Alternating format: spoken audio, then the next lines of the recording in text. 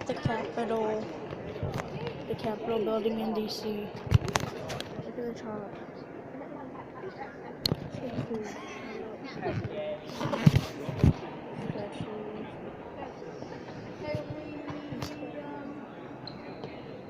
I do get it.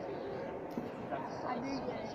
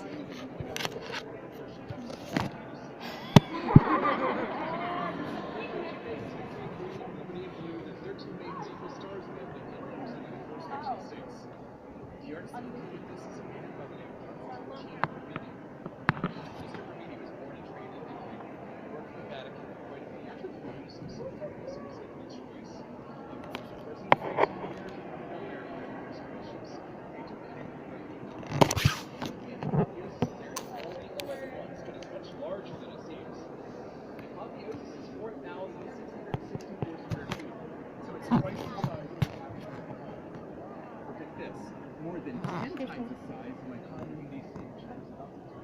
Now, Berrini was known as the arts of capital. Beyond this, he also started the frieze of American history, the circular painting going all the way around the rotunda. It starts with the door I walked into. This is the west door.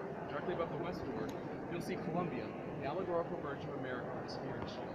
And then Columbus stepping off the New World. And there it begins more than 400 years of American history. Now, every single day, Berrini painted the frieze. You climb all the way up there to one of the windows. That's 9 stories up. Then you climb over the railing, go down a ladder to scaffolding, climb 7 stories above the ground. He didn't finish it. See this little statue here? This is former President Joe Fruity of Michigan, the Michigan State statue. And above us on the frieze is a scene. Scenes in the frieze are divided by trees, plants, and columns. Right above Ford's head is a scene of Native Americans, a box that looks like a Quaker Oats man.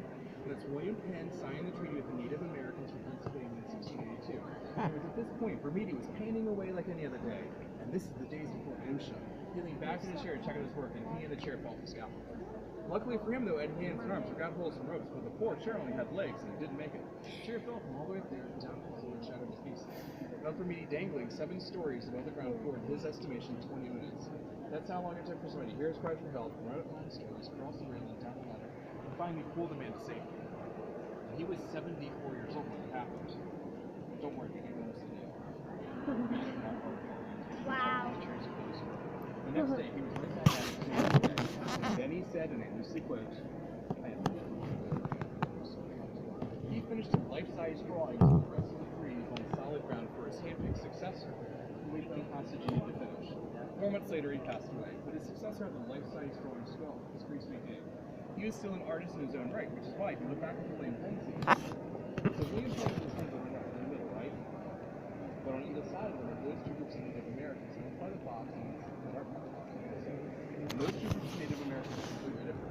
Because that's 2 different artists.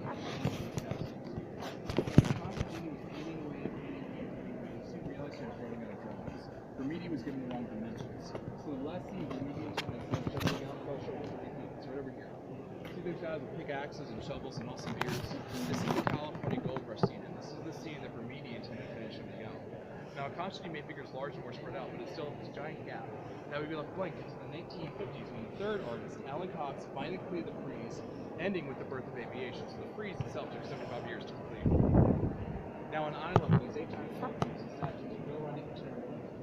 The painting is divided into 2 themes: discovery and revolution. Starting with discovery, here with the Great Lucille. It's the discovery of the Mississippi by De Soto, the first European to lay eyes on the Mississippi River. The European discovered that he would die of fever, and ships would bury him in the Mississippi. The scene of his burial shows up in the frieze. This white marble statue is former President James Garfield of Ohio, and above it says the frieze of the burial of De Soto, Mississippi. The next painting, like the beginning of the frieze, is the landing of Columbus in the New World.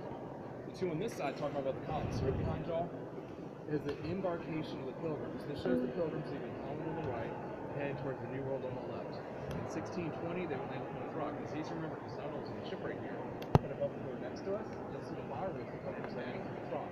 This shows the very moment they landed with the Native Americans saying, "Welcome to the New World." Actually, don't call it that at all. Here, have some fun with see amazing moon and stuff. Once they landed, their first Thanksgiving in Massachusetts, and that shows up on the frieze. The fact that you can is, to the left is the main of the Zen church, that's the Pilgrims having their first Thanksgiving. Here's the story of the Pilgrims. They left Europe, they got to America, the Final Discovery Series painting is right over here, and this is the baptism of Pocahontas. This shows Pocahontas in a white dress getting baptized so she can marry the maiden figure of John Hall. But she's most famous for saving John Smith's life. There's an entire Disney movie all about that. And you can see her saving John Smith's life in all the colors and things. How about the Western Door and Bowery? So right about the door we walked in through is Bowery Pocahontas saving John Smith's life in 1606, supposedly. But if you look at the composition of the bas-relief, then look at the frieze. After the first Thanksgiving, you find Pocahontas saving John Smith's life there in the frieze. And that is right above the northern doors bas-relief, when William Penn signed the treaty with the Native Americans. So you see the bas-relief, the frieze, the paintings tie themselves together. By far, the most well-known painting in the entire rotunda is the first of the Revolution series. And we're going to go right by it a little bit, the Declaration of Independence painting. This is the original old painting, used to be written to the back of the $1 bill. It shows Thomas Jefferson in the red vest presenting the Declaration of Independence in the Continental Congress. Put that scene in modern day terms, if they had Facebook back then, that would be the point we would change our relation styles of Britain to. It's complicated. We tried to organize before in King George, he was all like, nope. So then we were back to like, come on, seriously? And you finally replied with, no, suckers. Just kidding, that is not the same thing. Nope. Turns out we just declared our war, and like declared our independence, so the next two paintings are pictures of Revolutionary War. The first is Surrender of General Burgoyne's at Pilgrim Point. The next is Surrender of Lord Cornwallis at the Last Great Battle. And we finish up with a pivotal point in American history. General George Washington resigning his commission. Anything they were doing was setting a precedent, and this set the precedent that military leaders are not presidents. For military that are going to get elected, you resign your commission. So Mayor Greg Ross did the exact same thing. General Dwight D. Eisenhower. Question? That's a good question. Which painting is the most important? It's all up to personal interpretation of where your allegiances lie. Like if you have somebody that was like related to the Pilgrims, they'll be like, that's what it is. But if you have people that really love using $2 bills as people with cash wrap, they'll be like, that one is. And if you have somebody that really loves Columbus Day because they really need to go deal in their fridge, then that one is. Question. Wait, you have your hand up. What is that? So PAL MIA is actually POW, prisoner of war, and MIA, missing in action. The flag was put up there in the 1980s. Every year here in Washington, D.C., we have an event called Rolling Thunder, which happens during Memorial Day weekend. It started as veterans of the Vietnam War would come ride their Harleys to town to show solidarity for, it was right after the Vietnam Memorial would come out, show solidarity for the war of Vietnam. In the 1980s, they placed a flag there saying this shouldn't be taken down until every POW and MIA from that war has been accounted for. Congress actually rushed legislation through within a day and made it a law, so that's how it works. So it's going to be there until every POW and MIA from the Vietnam War is accounted for. That meaning there's a lot of up there, like. So yes, up there there's a gods and goddesses up there. They're Roman gods and goddesses because Bermuda was going back to the Roman Republic, the First Republic. So you see Roman gods and goddesses, including Athena for art and sciences, Neptune for marine, playing the transatlantic cable, very new at the time. You have Mercury with finance, Vulcan with industry, and Ceres, like cereal, or agriculture. And then Bologna, goddess of war, Stephen got here, and the king with power. I have to look at that word. Word. It's all in here, because it is, because I can't math anymore. Any other questions?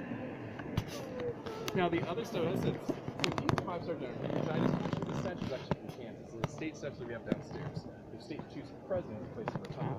The other statues in the building are the commissions, like the Martin Luther King Jr. statue, where Congress said this person is so important to statue them, or their gifts. And directly across from the Dr. King statue, where's the picture of Christian, Susan B. Anthony, and Elizabeth Cady Stanton, 3 women instrumental in giving women the right to vote. Unfortunately, none of them to see the day. Now, this entire hall is used for ceremonies, one of the most well-known ceremonies you saw in the film, lying in state and lying in honor. The cast is placed in the middle, and visitors can pay their respects. Lying in state for government officials, lying in honors for ordinary citizens. Show of hands, who's been here before? welcome back. It has been way too long. We'll catch up later. Has it been within the last month or so? No? Then look up. It's a brand new view for all. The dome itself is fully restored. It had more work done to it than all the Real Housewives put together. There's a very good reason for this. The dome was restored once in 1959. Since then, we've developed more than 1,300 cracks and deficiencies, and a deficiency is something bigger than a crack. On the outside, we have pieces that fall off. So we fixed the cracks, fixed the deficiencies, repaired all the windows, and for the very first time, went back to the bare cast iron, took every single layer of paint off. In doing so, played with the detail that's lost through 150 plus years of paint that's been able to come out. The paint finishing is also brand new. We went back to the 1860s color scheme with the 1903 color. So in 1903, they painted the dome. The rotunda up there, a single color was monochrome. We decided to go back to the 1860s, but back then the paint colors they chose in the 1860s matched the walls, which is the time they whitewashed. So we went back to the 1903 colors. What I mean, and this is the interior design portion of the tour. I know, sorry. So, see the square coffers going around the bottom? Inside this coffer is the original 1903 color. Back then it was called like beige, you know? Turns out nowadays that is not beige at all. We did paint analysis. Turns out this is sea urchin. Yes, Benjamin Moore, lowest catch per pin. And outside of that, you get the paint chips, you get a little bit more black, so it's the same base color. So sea urchin is the base color, but outside of that is a different color, Sherwood tan. Then look all the way to the very top, and inside the octagonal coffers, the very top, you'll see the darkest color, Algonquin Trail. And they chose the darkest colors there because it draws your eye up, creates stuff, and makes the details pop. So when you go home and paint your own domes and coffers, this is a great way to make your details pop and to create depth. Love it. The more you know.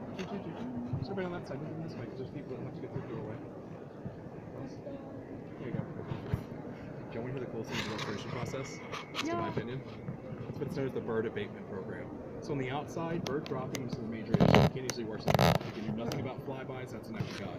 But they roost up there, and that's what causes most of the damage. So we did a study to see how to stop them from roosting. First option was the cheapest option. You know those spike things above doorways? They were going to cover the dome in them, so they found out if they did that, it looked fuzzy. Nobody wants fuzzy dome.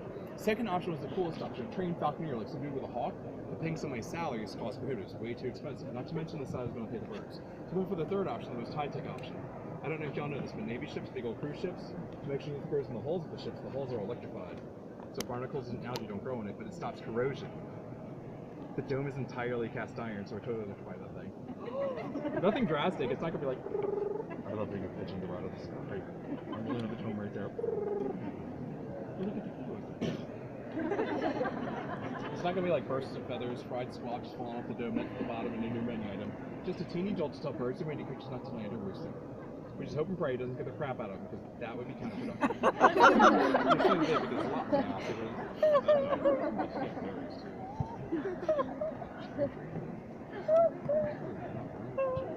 Any questions? So Mike, we're going to go all the way around the room. So this way.